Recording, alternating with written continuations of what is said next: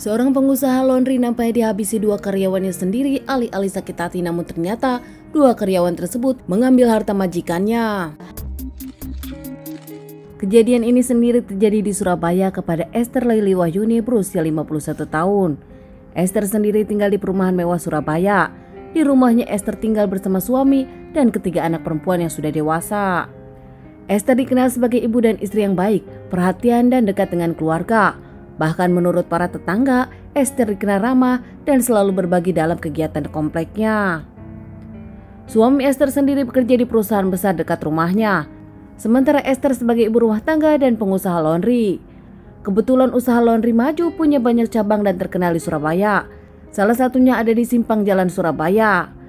Selama membangun usaha laundry ini, Esther pun dikenal tak pernah punya masalah dengan karyawannya, bahkan tak pernah bermusuhan dengan karyawannya. Membuat Esther sendiri punya banyak karyawan. Namun beberapa waktu lalu ternyata beberapa karyawan resign hingga akhirnya Esther sendiri membuka lowongan kerja dan didapatlah dua karyawan baru. Saipul Rizal berusia 19 tahun dan Mat berusia 20 tahun. Dua pemuda asal Gresik ini memang tak pernah punya pengalaman dalam masalah laundry, namun Esther memberi kesempatan untuk mereka asal mereka mau bekerja. Kedua karyawan baru tersebut akhirnya ditempatkan di cabang Simpang Surabaya. Di awal nampak biasa saja, pegawai tersebut bekerja seperti biasa. Namun setelah 10 hari, ketahuan mencuri dompet dan juga handphone Esther. Tak terima, Esther akhirnya memecat keduanya. Namun Saipul dan Mat sendiri tak punya uang untuk kembali ke Gresik, meminta uang 10 hari mereka bekerja. Saat itu, Esther punya ketentuan memberikan gaji di akhir bulan, hingga akhirnya mereka berdua meminta kerja hingga akhir bulan hingga gajian tiba. Tak mau berdebat, akhirnya Esther pun mengiyakan. Namun tanpa sepengetahuan Esther, ternyata keduanya sudah menyusun rencana untuk menghabisi Esther dan mengambil harta-harta Esther. Tepatnya di tanggal 14 Januari 2019 jam 5 sore, Esther datang ke laundry cabang Simpang. Di sana kesal karena pintu tak terkunci bahkan terbuka lebar. Kedatangan Esther juga di sana akan mengusir Saipul dan Mat yang karena kesal. Menurut Esther keduanya malas kerja bahkan tak benar kerja. Mendengar keluh kesah Esther, akhirnya keduanya pun mau dan beres-beres di kamar atas. Namun sebelum pulang, keduanya nampak membereskan barang-barang mereka. Tanpa Esther sadari, keduanya memang berencana menghabis Esther hari itu juga. Saat pamitan kepada Esther dan Esther lengah, keduanya langsung memukul Esther dan menghabisi majikannya ini. Bahkan keduanya mencekik dan menganiaya Esther. Dikira Esther sudah tak bernyawa, dibungkus rapi spray dan diikat dengan kain. Langsung dimasukkan ke tong plastik yang biasa dipakai untuk cucian kotor laundry. Keduanya pun mencari cara sambil membuang jasad Esther. Tanpa disadari ternyata Esther mengembuskan napas di dalam tong tersebut. Jam 1 malam akhirnya Saipul dengan Mat ngopi malam itu nongkrong seperti biasa di warung kopi langganan.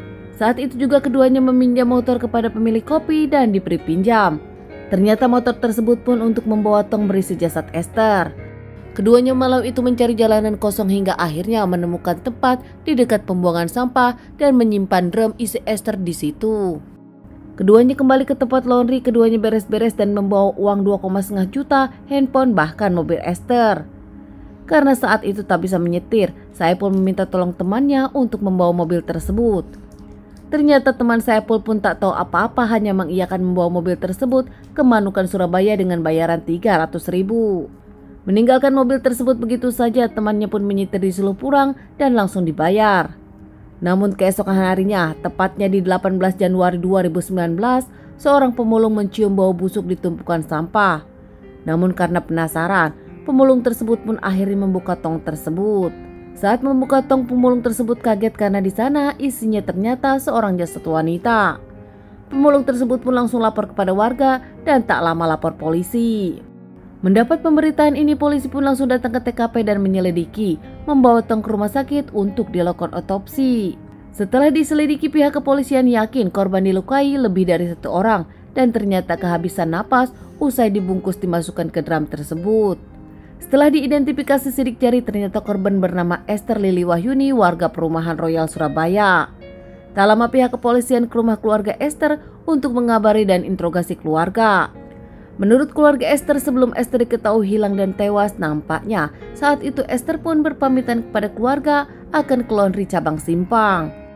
Namun setelah itu pihak keluarga pun tak bisa menghubungi Esther. Saat itu pihak keluarga masih menunggu Esther pulang. Mendapatkan keterangan dari pihak keluarga itu, polisi pun langsung ke cabang Simpang. Menurut para saksi, akhirnya pihak kepolisian curiga kepada Saipul dan juga Mat. Pihak kepolisian langsung melakukan penyelidikan dan pengejaran. Di sana, di hari yang sama pihak kepolisian pun akhirnya mengamankan keduanya di Pelabuhan Gresik. Keduanya mencoba kabur saat akan diamankan hingga akhirnya didor di kaki dan diamankan kembali ke Surabaya. Kedua pelaku akhirnya mengakui perbuatannya. Mereka pun mengaku motifnya karena sakit hati kepada Esther dan juga ternyata ingin menguasai harta uang Esther. Menurut mereka, Esther tak baik dan kasar kepada mereka usai ketahuan kalau mereka mencuri handphone dan dompet Esther. Keduanya menjalani persidangan dan akhirnya mendapatkan vonis 17 tahun penjara. Menurut hakim, keduanya kejam dan meninggalkan kesedihan kepada keluarga. Tentu saja keluarga Esther mengaku tak menerima kejadian ini, bahkan keluarga Esther tak menyangka sang ibu dan istri yang baik ini berpulang di tangan dua pegawai yang sudah dibantunya. Teman-teman, sekian dulu bahasan kasus yang aku bawakan kali ini. Semoga ini bisa dijadikan pelajaran untuk kita semua dan ditunggu bahasan kasus-kasus selanjutnya.